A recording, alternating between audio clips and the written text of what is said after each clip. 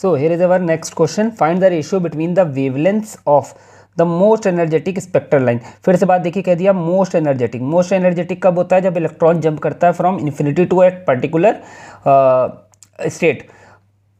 तो यहाँ पर हमें कौन कौन से स्टेट दिए? Balmer and Paschen. तो एक बार मोस्ट एनर्जेटिक रेडिएशन के लिए हमें इन्फिनिटी से n इक्वल टू 2 पे लाना पड़ेगा, और एक बार इन्फिनिटी से n इक्वल टू 3 पर, क्योंकि लाइमन होता है n इक्वल टू 1 के लिए, हाइयर से n इक्वल टू 1, बामर होता है हाइयर से n इक्वल टू 2, पास्चन होता है हाइयर से n इक्वल टू 3, ब्रैकेट होता है हाइयर से n इक्वल टू 4, और फुंड होता है higher to n equal to 5. Okay, तो हमें यहाँ बामर और पास्चन चाहिए. तो n इक्वल टू 2 दिया हुआ है, ये हमें कहाँ पर फाइनल स्टेट दी है? n इक्वल टू 2, और ये हो गई n इक्वल टू 3. लेकिन मोस्ट एनर्जेटिक का है, तो इसके लिए हाइयर क्या हो सकती है? 2 के लिए हाइयर होती है बेटा 3, 4, 5.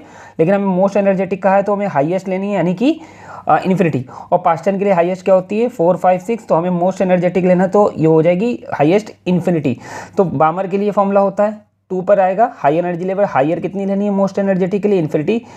तो ये पिछले क्वेश्चन में मैंने बताया था 1/λb कितना हो जाएगा? r/4. तो λb की वैल्यू 4/r. पास्चन के लिए फॉर्मूला ये होता है कि थर्ड पर आएगा हाइयर से, और हाइयर कितना होगा यहाँ पर? हाईएस्ट के लिए n equal to 3. Most energetic के लिए या हाईएस्ट एनर्जी के लिए हम n को इन्फिनिटी लेते हैं. तो यहाँ पर λp की वैल्यू निकल आई. अब हमें चाहिए रेशियो. क्या चाहिए? वेवलेंथ का रेशियो. तो हम करेंगे λb/λp, that is 4/r divide by 9/r. तो हमारा रेशियो आ गया 4:9. This is our answer of this question.